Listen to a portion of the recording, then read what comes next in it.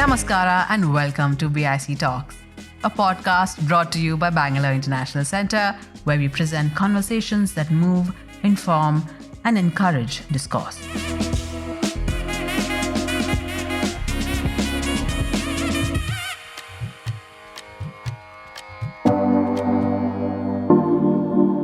But one thing I feel we will always end up doing for the community at large, particularly the researchers to come in future, when they are data mining on some subject or the other, I have a feeling that we are, depending on their area of interest, going to be an important source of a small nugget of information which basically gives them some element for the kind of research that they are doing. As we approach the 300 episode milestone, this special installment of BIC Talks featuring V Ravichandar, Honorary Director of BIC, Raghu Tenkayala, Chief of Operations and Infrastructure, and Vikram Bhat, current Joint Director, taking over as Director from the 1st of January. In conversation with me, Lekha Naidu, the welcoming voice and custodian of the podcast. This episode features an informal chat, an exercise in looking back for insights and looking forward with an evolved vision as far as the podcast is concerned. In this two-parter, we also take an opportunity to look back at what Ravi, dubbed the patron of lost causes, does best. Think deeply about solving the city's problems. With a quick look back at a session titled, "Why is it so darn hard to fix Bengaluru?" Being Sisyphus. This session took place in March of 2022. And now, let the episode begin. This episode is about looking back and looking forward on this podcast journey of BIC Talks, which I think will go down in BIC folklore of sorts, because we recorded episode 0 on March 20th of 2020, and 21st, the lockdown came down on all of us. It was, of course, the Nostradamus among us, that is Ravi Chandar, who had predicted that this would happen and had the podcast project being worked on. I think We turned it around within a week. A week before. A week before the lockdown swirls were happening around us, Ravi already had the plans in place. So, Ravi, looking back, episode 0 was Raghu, you and me talking to Pawan about what were our hopes and dreams for this podcast. Can you talk to us about it? Yeah, so when we started out, the idea really was that we need to have another channel to get the message and the idea of BIC going out. And therefore, we settled on the podcast BIC Talks at that point of time. And I still distinctly remember that the day we recorded episode 0 was officially the last day before the lockdown. So we actually scrambled around to do episode 0 in the auditorium. And after that, we actually discovered that it was possible to do podcasts through Zoom recording, and episode 1 onwards. And if I recall right, it was Kiran Mazumdar talking about COVID and what it could mean for us on Zoom as the first podcast. So at that point of time, I think the only thing we were clear about is that we will do 2 episodes per week and we will roll them out. And at that time, we had no idea that the COVID was going to happen for about 1.5, 2 years. But we had taken this thing that we need to have a certain predictability. The other thing that we vaguely thought about at that point of time, like BIC is about diverse programs and the like, the podcast will reflect the same diversity in programming or the talks as we have in our live events. The logic there was, there are podcasts which are specialized. You have crime podcasts or podcasts on romance and podcasts on poetry and what have you. But we said that because BIC is a potpourri of various kinds of events, we will follow the same approach when it comes to the podcast. So on that count, in terms of, we have been reasonably predictable. We were a lot more predictable about putting out 2 episodes per week in maybe year 1 and year 2. We slipped up a bit later because we opened up after COVID and we didn't have the bandwidth to run the premises as well as also do the podcast. But overall, if I take a view that we started in 2020, given a 3-year span and 300 podcasts within the 3-year span, I think we have done pretty well in terms of what we had in mind. Raghu, episode 0, you had talked about the ethos of BIC and the building and how the physicality of the building itself reflects the idea behind BIC. So can you reflect on that? Has it changed? Has it evolved? Or if you could just start with the basic idea of BIC and the building and how you see that. In fact, Raghu, here's something you could take a shot at. Yeah. There's a certain brand BIC that has been built over the years, which is a mix of the physical premises, the kind of programming that we do, the brand identity in our communication. I think it would be relevant for you to see, because you had some ideas on podcasts and as being our post-colonial guru. How do you feel the podcasts have fitted in vis-a-vis the overall BIC ethos? I mean, sorry, Lekha, but trying to amplify your question. No, absolutely. I think the podcast was, like Ravi says, another medium for us to explore. And I think that we have, apart from the ones that we did in the pandemic, which were topical, which were current, we also went into exploring podcasts about, historical, exploring archives, people's conversations, as in I'm talking about the Girish Karnad podcast, where, and then we did Cinema Strikes, I think, which we used the podcast as a medium to also push for, as in exploring it to the extent that the medium will allow us to do. And I think that, I'm very pleased that, we have these series now, including the last one on the Constitution, which I think is a really stellar in terms of achievement for ourselves. So you're referring to the Justice M.N. Venkatacharya Yes, series. Yeah. There's G.N. Devi, we've, the series also, I think, have contributed in a big way to kind of imagining the podcast as the fourth stream or the fifth stream of the things that we do at BIC. Lekha, if I could just come in here before you go to Vikram, just to amplify on what Raghu said. Really, our podcasts have fallen into 3 broad buckets.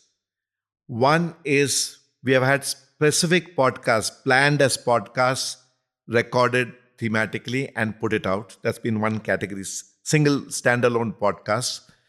The second one is podcasts planned as a series. So Girish Karnad is a good example of that. What we have done with M.N. Venkatacharya is another example. We are now going to do the Indian series with G.N. Devi that's going to come up. So planning a series as opposed to the standalone was another leg of the strategy. And the third one was that there have been a lot of interesting events at BIC, and we have repurposed those events into podcasts. And the logic for that really was there is another channel which doesn't necessarily, I didn't have the time to be at BIC or do not consume us on YouTube. And there's another group that resides prefer the podcast as a channel. And therefore, the repurposing of interesting sessions at BIC, I personally think all these 3 have worked well and would potentially be part of our podcast strategy going forward. So full disclosure, before I came to BIC, I wasn't a podcast guy, didn't listen to them almost at all. A few audiobooks maybe in my time. But particularly after the Cinema Strikes podcast and now the Justice MNV ones, I'm seeing the power of the medium to really bring alive an idea which otherwise it's too esoteric to do in a 1.5 hour session, which we typically do. And I also see, as now, since I've started listening to these podcasts, I go back and look at some of the archives that we have. It's an excellent journal for BIC, in a way. Like, it's almost like our journaling process. We go back and see what we've done. And I don't know if you hear yourself in those podcasts over time. It's almost how your view of what Ravi was saying, what does BIC stand for, what is brand BIC, that has evolved too. And that kind of comes up in your questions. And that's an interesting element for me. And there are people who have walked in and said that they stayed in touch with us because of the podcast, because it didn't work. I myself travel by the metro now, so the podcasts have become like an interesting way for me to kill my commute. For me, I think the Girish Karnad podcast would definitely rank among the top because it was the first time we actually experimented with the format. Most of our podcasts earlier were one-on-one conversations like a typical podcast. The reason I remember the Girish Karnad one is it had new soundscapes. There were dramatized readings. And there was a fair amount of editing work, scripting work to put it together. So as someone who also saw what it involved at the back end, for me, the interesting part about that was to realize that these kind of podcasts take much longer to do. But when you finally put it together, they sound different, they sound more interesting. It's a lot more effort, it's more expensive to do that, but it's different. So to me, those scripted, gone out and done the shoots and then done the editing, they are more memorable for that reason. My favorite podcast, I would say also because this is something close to my heart. And I think the podcast medium, so to speak, actually made it that much more possible to get to know about this person is the podcast on K. Balagopal. And I think that's, in terms of, it's a simple format, but it's telling the story of a person that has to be known more, but, hasn't gotten or hasn't been recognized enough outside of certain circles. So I think that would be my favorite podcast. The others, of course, Girish Karnad, Cinema Strikes, a whole bunch of podcasts that we've had. But I think from the top of my mind, I think that the one that I connected to the most was that, the one on Balagopal. Yeah, I agree. That one and Faisal Devji. Yes, and the Faisal Devji too, yes. Do you have a favorite in your... Well, I'm going to be a conformist and say like the M.N. Venkatachalaya podcast, because I've now heard all 7 once. I've heard episodes 1 to 3 twice. And just for someone who didn't have a very deep interest in the law, of course, one engages with it as much as one does, but the way he deconstructs it in every episode, whether it's a case he's talking about or whether it's his personal equation with it or it's someone who was needing the law at that time or from the state's point of view, all of these he parses so well. It's just, I haven't seen anything like that. I haven't heard anything like that before. And if I could just come in there, to get Justice Venkatachalaya to agree to it took about over 2 years because many of them are not sure. And actually, that's another purpose that the podcast serves, apart from its great value and the insights, is its pure archival value. Somebody, for a future historian, to get to listen in his own voice as to what was the thinking when he gave some judgments or what was his relationship with brother judges and the like, it is amazing. And therefore, I think that's another purpose that BIC is ending up serving, is that we are becoming an archival repository of a very varied mix of things. Cinema Strikes is as different as it can get from the one which Justice Venkatachalaya series is concerned. But both of them serve their own purpose in providing context and historical narratives.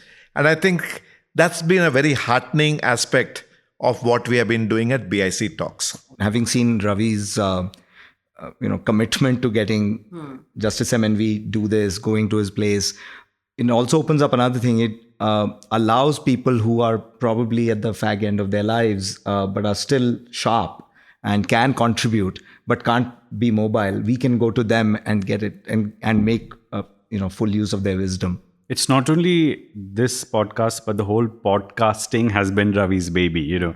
He's sort of, when we were sort of did the ring, we're a bit, he was always, the one. Yeah, for a couple of millennials, we were quite averse to the idea of doing a podcast, Raghu and I personally. And I hesitate to say it, but I think I have to own up to it that I did not believe in a podcast as a robust enough medium to get out the kind of work that BIC does. I really did believe that it was a live person-to-person, in-person type of touching people's lives, hearts, minds, that sort of thing. And for me, podcast felt like a poor substitute for Hawa Mahal or the radio, which I loved so much. And like, what are these podcast bros like talking about nonsense? But I have to say that over the years, like Raghu just put it a few minutes ago, that I have come to adopt it. But yes, it is Ravi's baby in many ways. And the BTS of Ravi going out and finding speakers and all of this, putting it together, and the early days of Zoom recordings.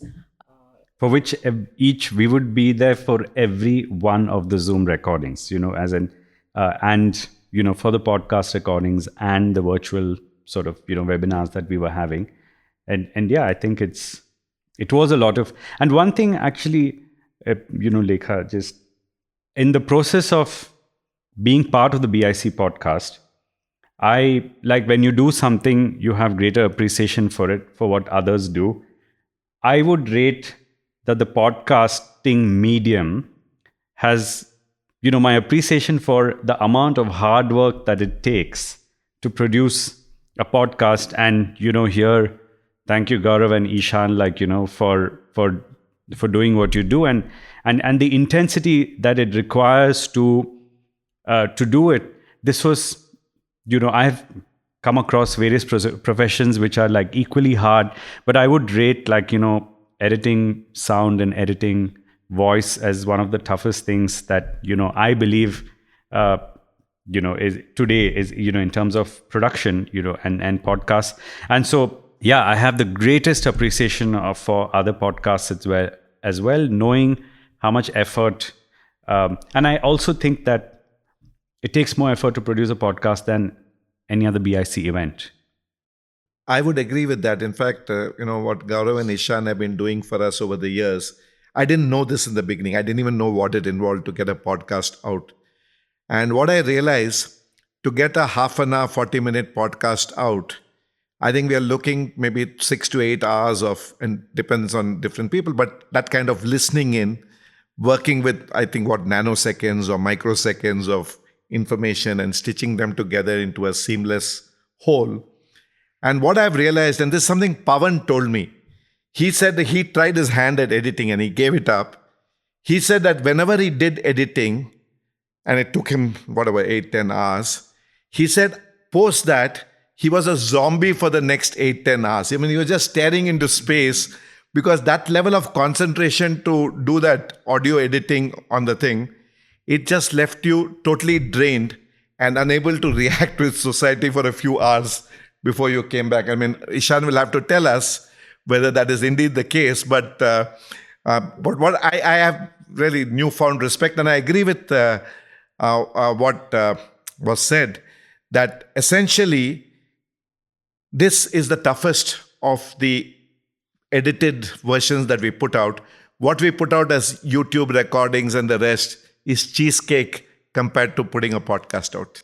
And I think also you, Lekha, I think you kind of found your niche with being this sexy, raspy voice, for the podcast, where you had to wake up at 4 a.m. to sort of, go through the edits and give the sort of introductory, recording of it. I think before you knew it, the podcast had adopted you. You only came to know about it later, and we know all the fans that Lekha has had, for her beautiful voice, only people didn't turn up here saying that, can we please meet a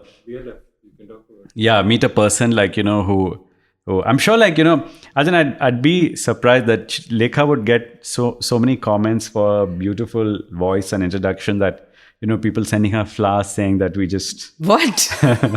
No, but I have to confess, 2 people came up to me at BLF after listening to my voice on the mic and say, you do for BIC podcast. So that was quite a heartening moment.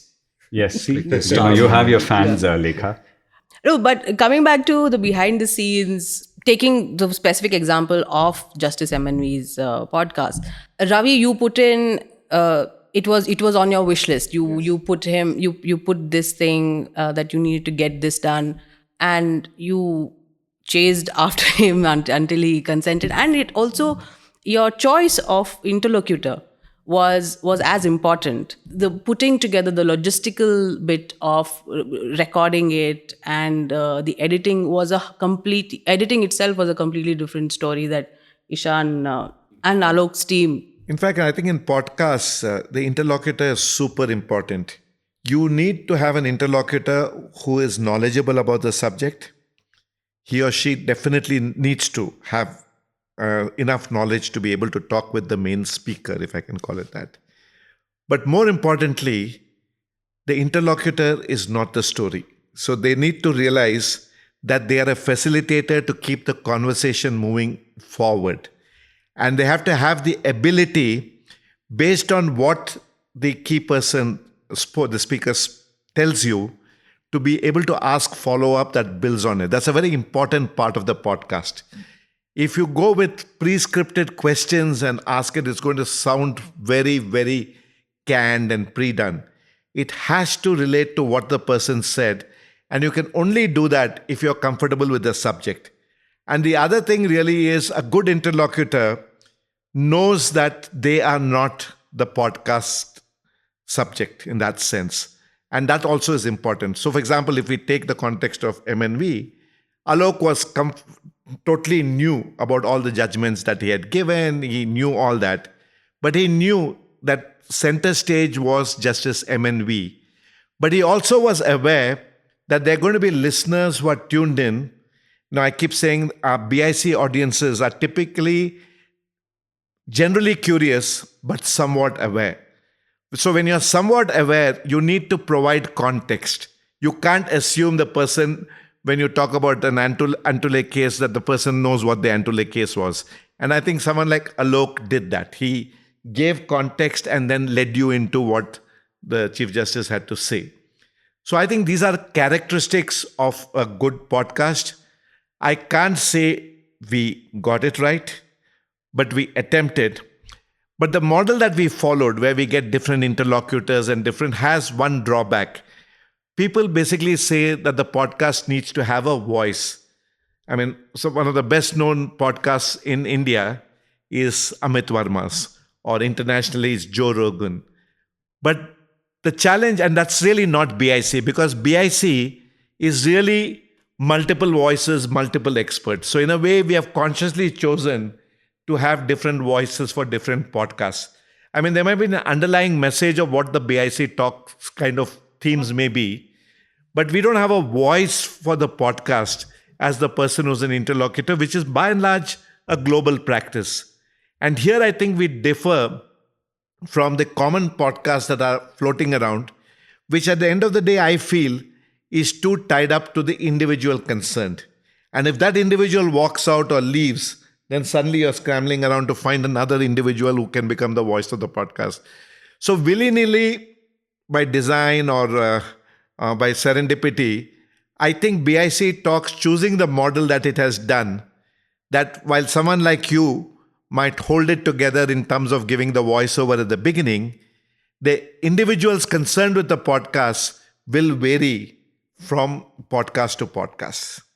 There's also an element of skill, right? Like I think what Alok did in the MNV podcast is bring emotion with his voice constantly based on the topic that's being discussed. And that in some ways guided, MNV sir also to respond in that way.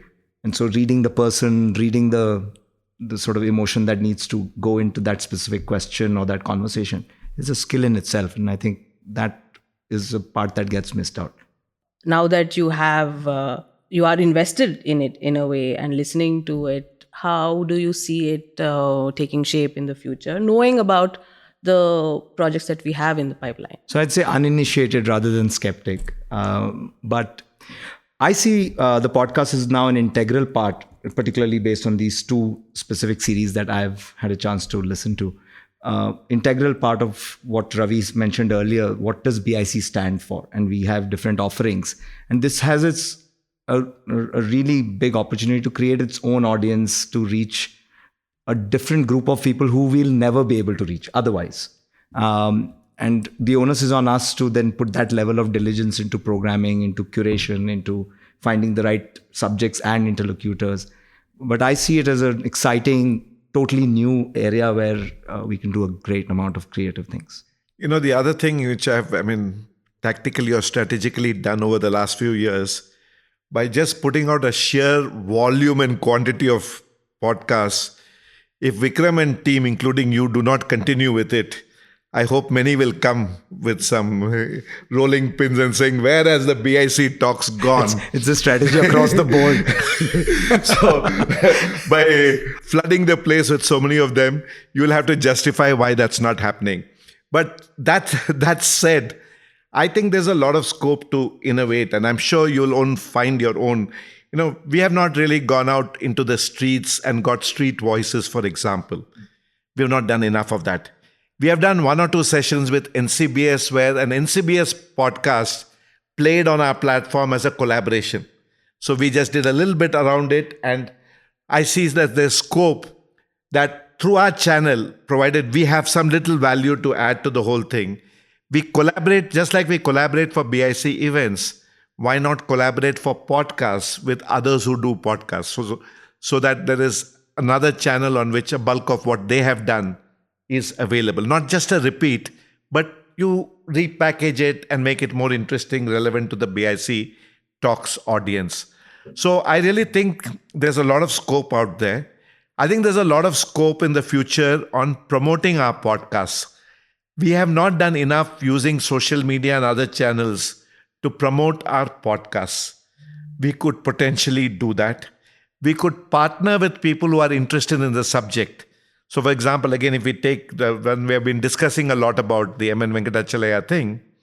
So, if you collaborate with, let's say, Bhat and Bench and Live Law and figure out how we can get the word out to more people that such a podcast exists, suddenly you're expanding the reach in terms of thing.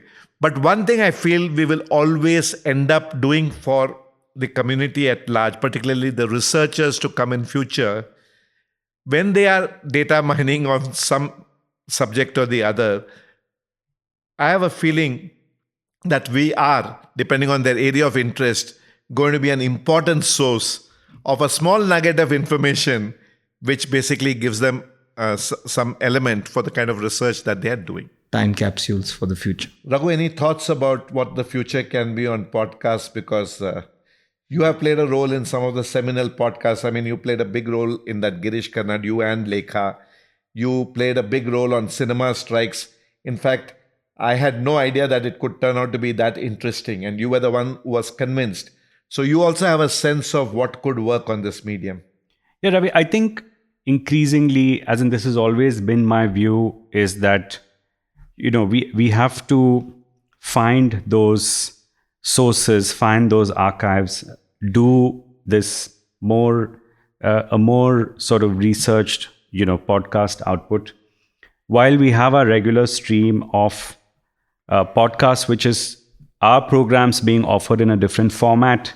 I think there's just so much material out there that's waiting to be converted into either series or into an interesting podcast format, that I think that's the way for us, right? And that's the way that we forward, is that putting out more original content, like we've been doing consistently, at least 2 in a year, the past 2 years. I think 2 in a week. 2 in a week is the regular podcast, but 2 in a year is the more deeper ones, deeper researched, which we have produced, right? And I think that that's the real value that we're actually also will be bringing in. That we will bring out material that was until now not very well known, or needs more people to access it, or more people to listen to it. So I think and I think that, given all that we've done the past few years, everybody's all set and excited. Look excited, Lekha. Yeah, I'm just glad that I got to. There will be a picture of this in the thumbnail, I hope, where we are being podcast bros talking into mics around a table. Ravi, look. Don't get my double chin. And if you want the lights, you can work here. We sure it's well lit. Yeah, that's the best we can. No, you can put lights and. This any suggestion on closing? You want to talk about a specific future episode if you have? Not that won't be really Not at the relevant. moment. Yeah. Yeah, this is good. Ravi, that's your dream and desire. But he's also convinced us with product now, no? Yeah, The last two, I mean, the MNV is obviously an older gestation, but And even the Cinema Strikes is strikes and the other one. No, there's a lot of scope for both, and they should coexist. I mean, that's really the way forward. Yes. So, if things go to plan, we should be recording episode 500 by 2025. And Lekha, let's drink to that. Cheers. Thank you for giving your time. Thank you, Ravi, for birthing this giant. And yeah, we look forward as to in birthing, like within the birthing, like, Matryoshka as in birthing. like, yes. The Russian doll birthing, basically, like,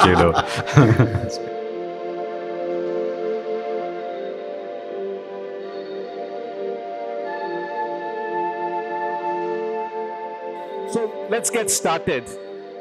So first thing I must tell you, I'm normally a solutions guy. I try to figure out how do you fix a problem. But this subject has been consciously structured to say why is it so difficult, which means it's more a problem identification. I'm hoping that when we get into the conversation and the discussion, we will get into looking for solutions and the like in terms of what we could do, or we could do even another session focused on solutions. So initially, I really think it's important for us to understand why, despite all our frustration, our shouting, and the like, the place is likely to get worse, unlikely to get better. So, and that will, so the context I'm providing is to understand that. From there, one needs to figure out what one can do.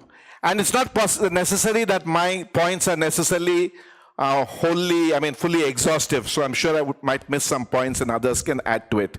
So let's start.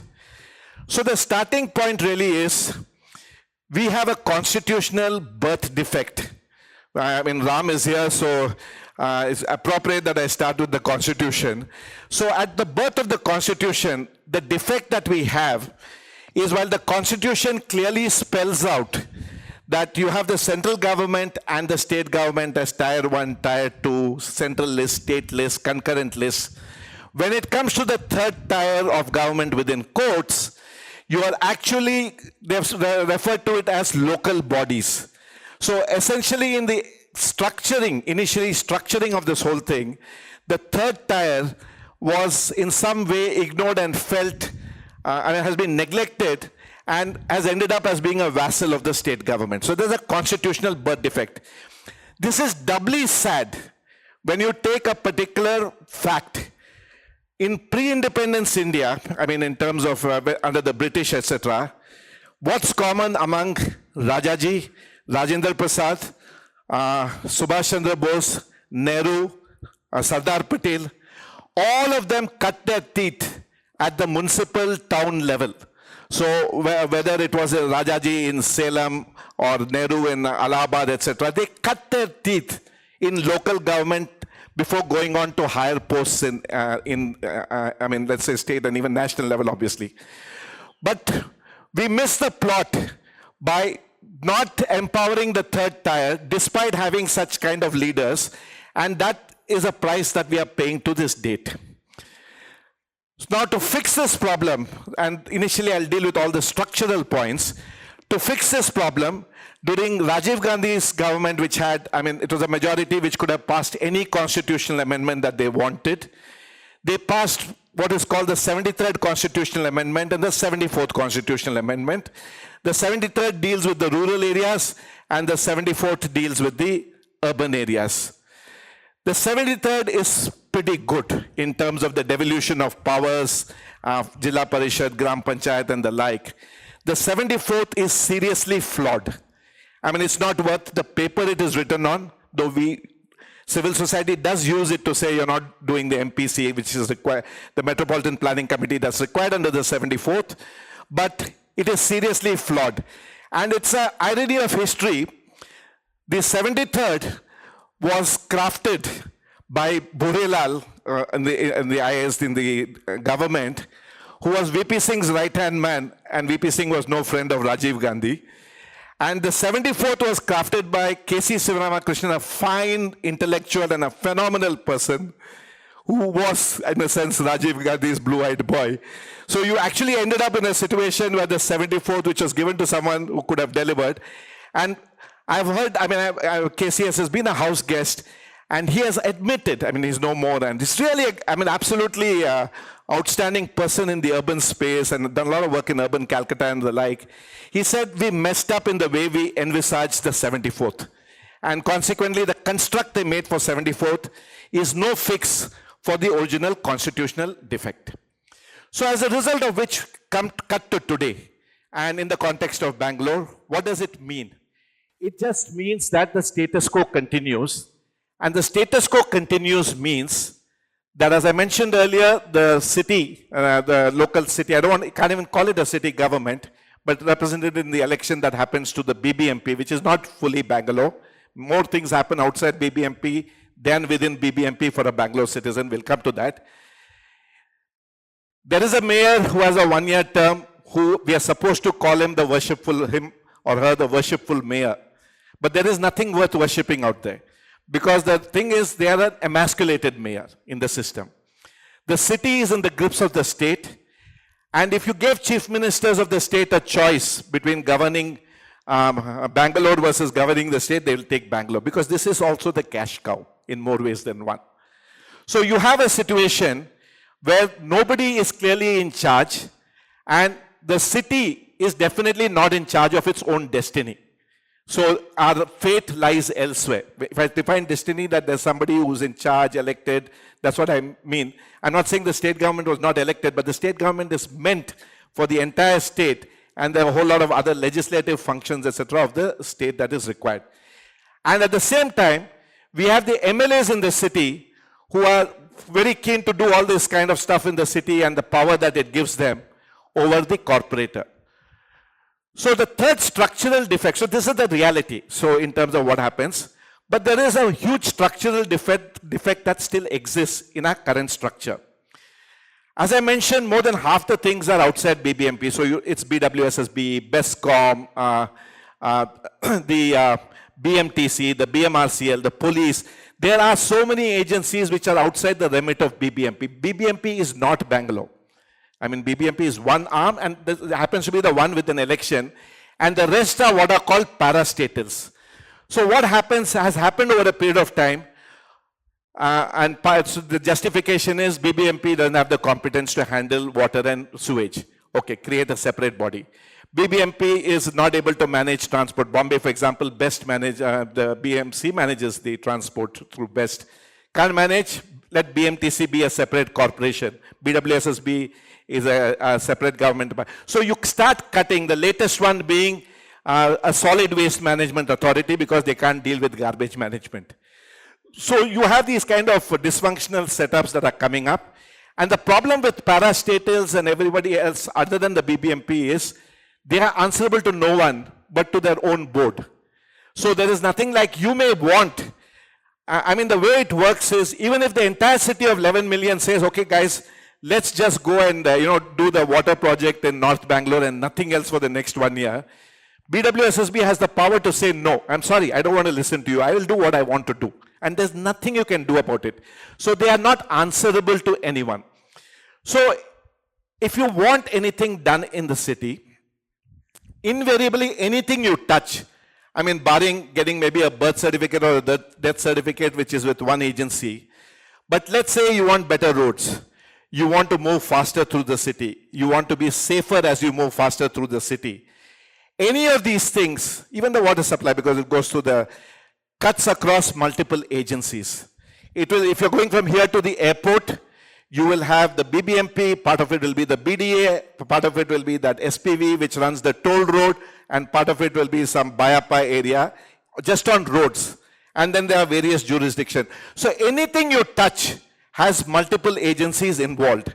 But nothing about our government is structured to knock the heads together to get an outcome. So if you see government announcements, it will always be saying 5,000 crores for this water project, 7,000 crores for that metro, whatever. It's all some crores which don't make any sense. The language of outcomes are by and large not spoken by anyone. Not only in Bangalore, it's a national malaise. And if you want outcomes, you have to have an arrangement to be able to knock heads of agencies to do it, which means you need a czar for mobility. If you want mobility solutions, it includes being able to walk on footpaths, it includes cycle, it includes metro, it includes buses, it includes cars, autos, everybody.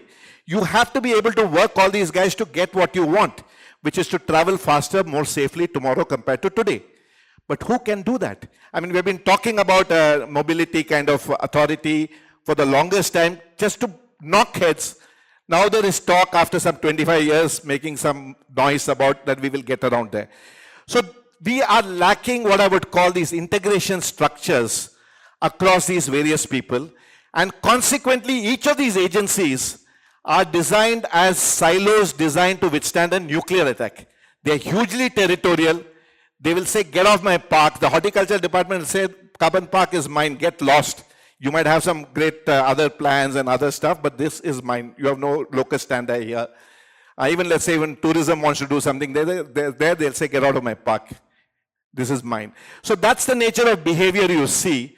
So consequently, unless you have a structural arrangement which can get these agencies together to listen to somebody clearly and do what's required, whether it be road cutting and filling and whatever, etc., or where the projects are taken up, we are not going to see progress. And if you're going to have such a structure to get these people to listen to you, you have to control the money. Just putting somebody at an additional chief secretary level is not going to do it. All money flow that goes to these agencies has to go through this body, where people listen to who controls the budget. So you say that if you don't do what they're supposed to do in terms of coordination, you will not get your next allocation of money. That language they understand. We have never got around to doing it. You'll only see announcements from time to time saying this coordination committee is going to be set up or that coordination committee is going to be set up. So structurally, I would say these are the big ones without which the delivery side of what I'll come to competency and other issues in the politico-administrative second phase.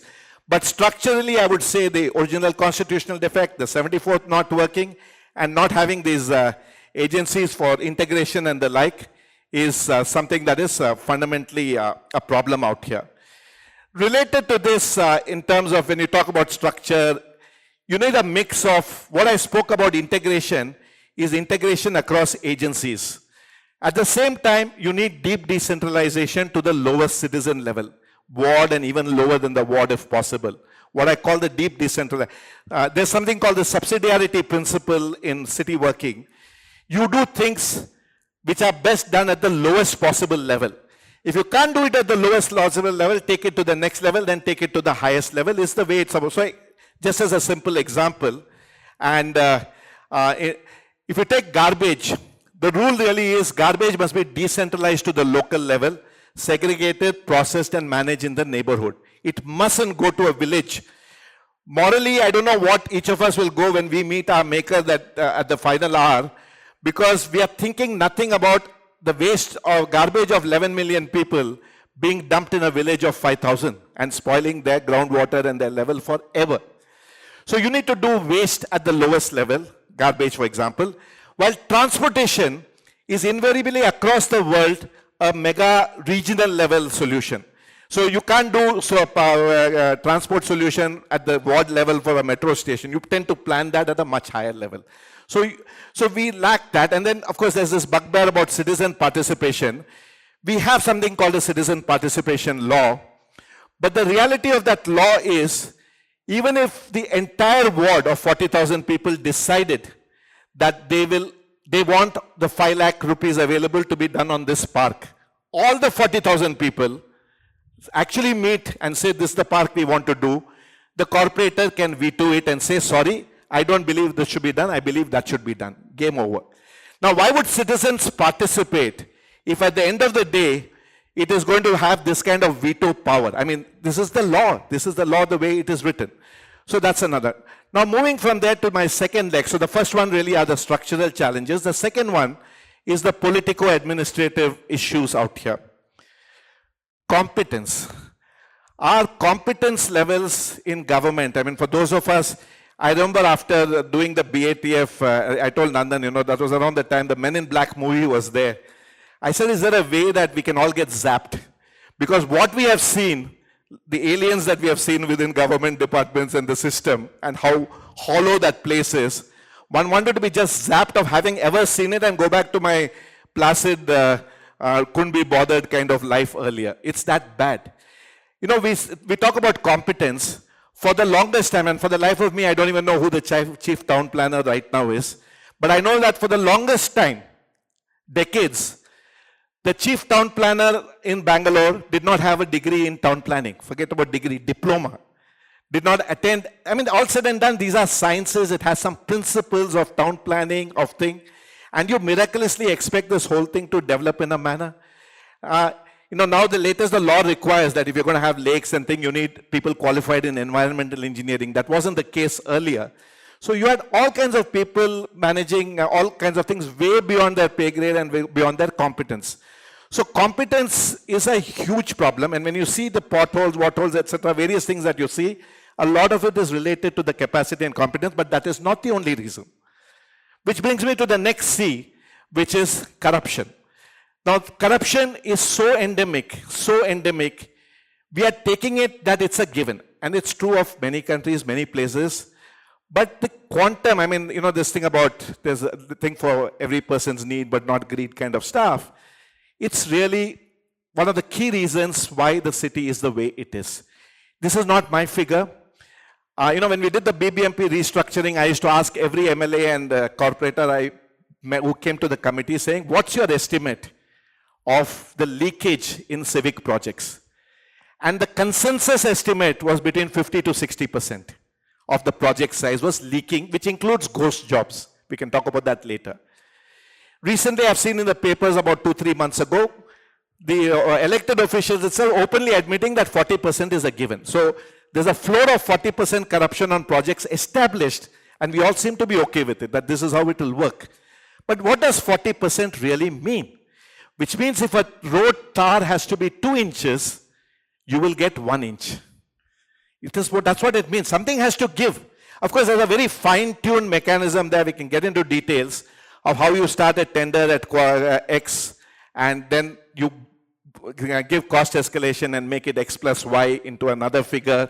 There's a very fine-tuned way to fix this whole, to get the money out of the system, because they understand projects, which is why you will see project announcements government will never worry about, because there's a well-honed mechanism to take money out of projects in terms of this thing. So so corruption, according to me, is a huge malaise, and I liken it to like this actually, and it is also linked to the short-term outlook of the people who come in.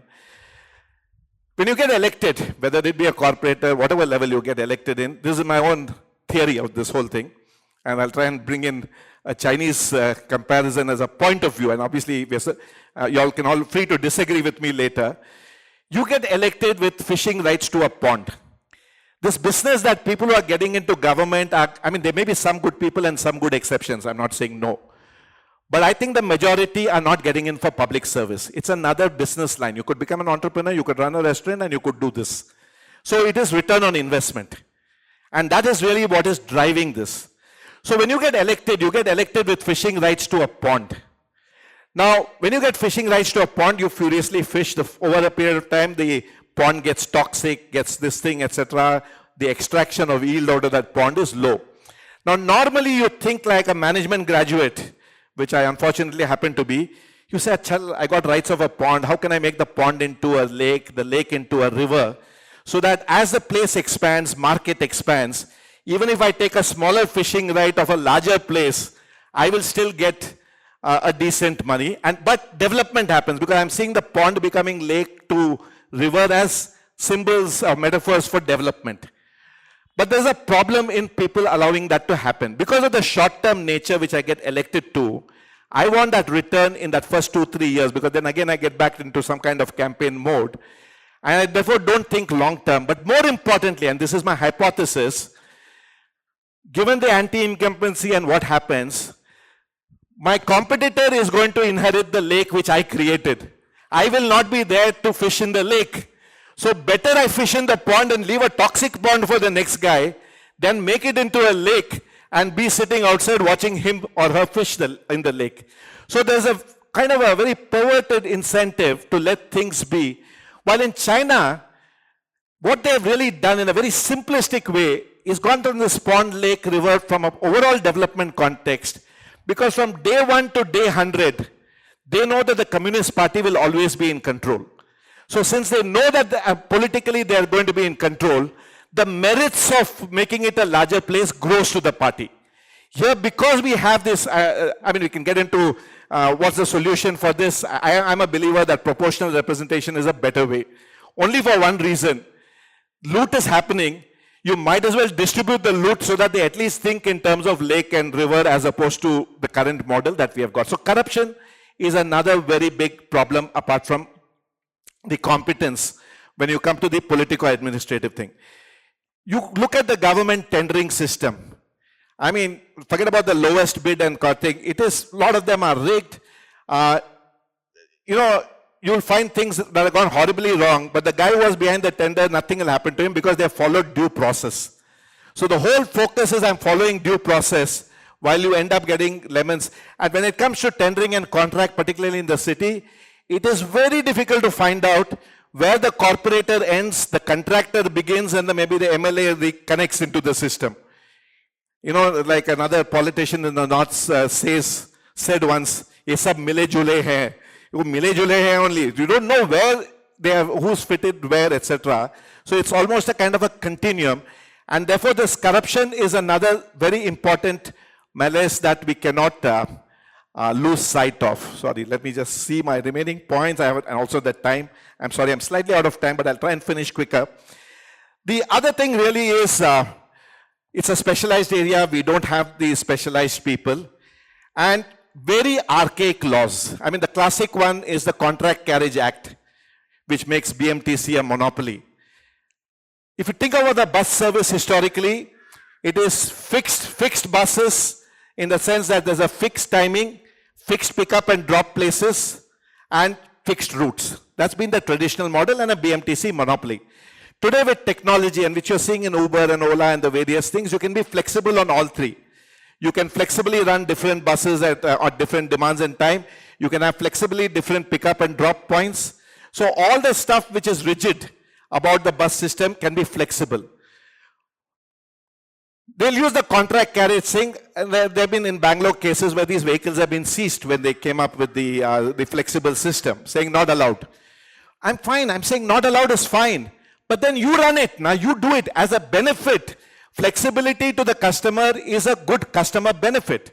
I don't care whether you do it, you run asset light, give it to somebody else, but run it under your brand. But you can't be the person who not only does not do it, will not also allow others to do it. So that's another example of archaic laws. Coming last to the point about what I would call some of the systemic measures, accountability in the system is non-existent. I mean, the High Court can call the commissioner and everybody else. Nobody will be held ever accountable. The system is beautiful in that way. There's multiplicity of agencies, multiplicity of things. Nobody is responsible because there is nobody who goes to sleep in Bangalore tonight saying this is my problem to fix. Nobody. I'd like to know who is the person who's going to sleep in Bangalore saying, I own this problem and this is my problem to fix. Even when it comes to pothole and death, what do you see in the court every day? BBMP blaming BESCOM, BWSSB, they're saying that water caused the pothole puddle, I am not responsible, and that's the kind of thing that we go. Governments are inherently opaque everywhere. This is no different. So we don't have transparency. In fact, an ideal thing to do, those maps exist. Put out the entire urban commons of Bangalore on the net. Citizens will protect the lakes and the commons. Just mark out that this is the commons. And today technology has it, they have the information in-house, but there's an information asymmetry. He or she who controls that information is power. And then you have those transactions which get into a whole lot of this thing and the like. The last 1 or 2 points before closing is when it comes to, now I have this other hypothesis. We get frustrated. Let me take some 3 or 4 examples that frustrate us in closing. We get frustrated that I segregate the waste, but it gets mixed in the cart in front. I'm sure many of us have that example and we get frustrated. It's by design. It's by design because it is set up to fail. The contractors do not want segregation to succeed because the model of garbage is essentially a transport model. X tons of garbage over Y distance is essentially where the monetization and the money is. Everything that segregates, decentralizes and gets value from waste at a decentralized level hits the incumbents. And these have supporters across parties at influential levels. So while they may be in opposing parties, on business issues they are together in the way they think about dealing with these kind of issues. Each takes care of the other's business interests. So you will never see a change. You may see usage of words like garbage, mafia, etc. But they're all safe words to use because nobody is being named. But the reason it never gets fixed is, again, it has its patrons across the board. Take another thing about the road cutting, etc. I have a wild theory. I'd like somebody to disprove me. It's by design. Because the reason is, let's say I built a road. I am now BBMP, I've built a road. I'm obviously underspent. If an audit came, they will find out that there are many things wrong in this road. I will have a deal with my counterpart in the other agency saying, boss, 5 days after I finish the road, please go dig it up for road cutting and water line and sewage. Once the person comes and digs, the audit cannot come and check and tell me that I'm wrong because I can easily say, boss, the other fellow came and he did all this stuff. It was all perfect. But so I'm basically saying what looks like random, I think I'm saying that maybe, just maybe, it's all by design, that there's a well-honed system. I mean, I remember when I was looking at the data earlier, why do you think there's a fascination for road renaming? You go look at the records of the past. The same road as part of road works under the old name and the new name. And there'll be some 10 pages apart in the book. You'll never figure it out. But that itself is a 50% leakage because the road is getting done only once. I have seen descriptions which says while going from north to south, the right side of the road. And the same road being described while going from south to north, the left side of the road. Who's there to figure out a right, left, north, south, etc.? It's done. Game over. So, and the last point I just want to make here, which makes this whole thing even more difficult to fix, is the rule of law or respect for the rule of law. All of us in various ways are not necessarily abiders. We jump signals, so citizens are also to blame. But the point really is we don't have a system by which you will take the people. In the US, for instance, on the IRS, if you found in the random thing to come up, it couldn't matter who you are. You go do a jail term. Then people realize that this is something I won't mess around with. But here we don't have that. And the more influential you are, you will start a drain cleaning project till it runs into a VIP residence. Then the project is over. So you see that across the thing, the rule of law is not uniform and the like. So these are just, these are roughly under 3 broad heads. I've got some 12, 14 points I've just thrown in there. And we could now, so the point as I mentioned is really to say, I'm seeing a lot of dejected faces. So now I'll give you the hopeful part of it. Okay, that there can be change. And so I don't want to sound like doomsday scenario kind of guy, which I really think is going to get much worse. We have not yet seen the bottom. That's my belief. But I'm also hopeful because cities rejuvenate themselves. Cities do tend to fail. If you take the American Rust Belt, places like Pittsburgh, etc., it was not even livable at one point of time. Then it regenerated itself. So these are all organisms that in some crazy manner, I think a higher GDP is part of the answers, that some of this petty corruption will go away and it will get this thing. But there are green shoots that, and it is invariably based on some leaders, somebody giving us space to get something done in terms of, I spoke about all this. I was part of doing the self-assessment scheme back in 2000. And it's based on a basic premise that trust the citizen to tell the truth, then expecting a revenue officer to uncover a lie. And you reduce discretion in the hands of the officer. If you just went into a lot of rules saying, why is this discretion available to this person? You'll automatically start seeing that a lot of things become more citizen-centric in terms of thing. Lakshmi is here, Naresh is here. All said and done, the tender show roads and with footpaths and at least saying pedestrians are important.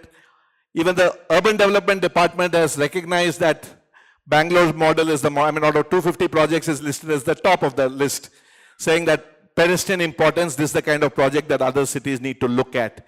So it's not that nothing is happening. Friends I know and people I know who know I do this, they say, boss, the city, is in terrible state.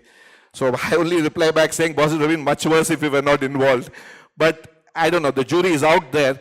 Bangalore has more urban reformers per capita than any other city. I've worked in other cities. I've helped set up City Connects in Pune, Chennai, Trivandrum and the other places. And I've engaged with people elsewhere. There is an energy. The tragedy of this place is there is so much of citizen energy and wanting to do this, an active RWA. If you had a matching partner in government, because I believe the way out is collaboration. We are in a collective hellhole and we need to come out of it together. And if we had a matching kind of reciprocity from the government side, we could work magic together. You have been listening to BIC Talks by Bangalore International Centre. If you like what you heard, do follow us on social media. Keep up with our programming by signing up for our mailer on the website or leave us a review or rating on Apple Podcasts or iTunes. The crew that makes these podcasts possible is Gaurav Krishna and Ishan Gupta on sound supervision and production, with support from S. Sarunaraj and Raghu Tenkayala. Artwork is designed by Chandni Venkataraman of Crisscross Design Studio. Don't forget to subscribe to our channel on your favorite podcast platform. It can also be accessed on our website, bangaloreinternationalcentre.org. This is Lekha Naidu signing off on behalf of everyone at BIC.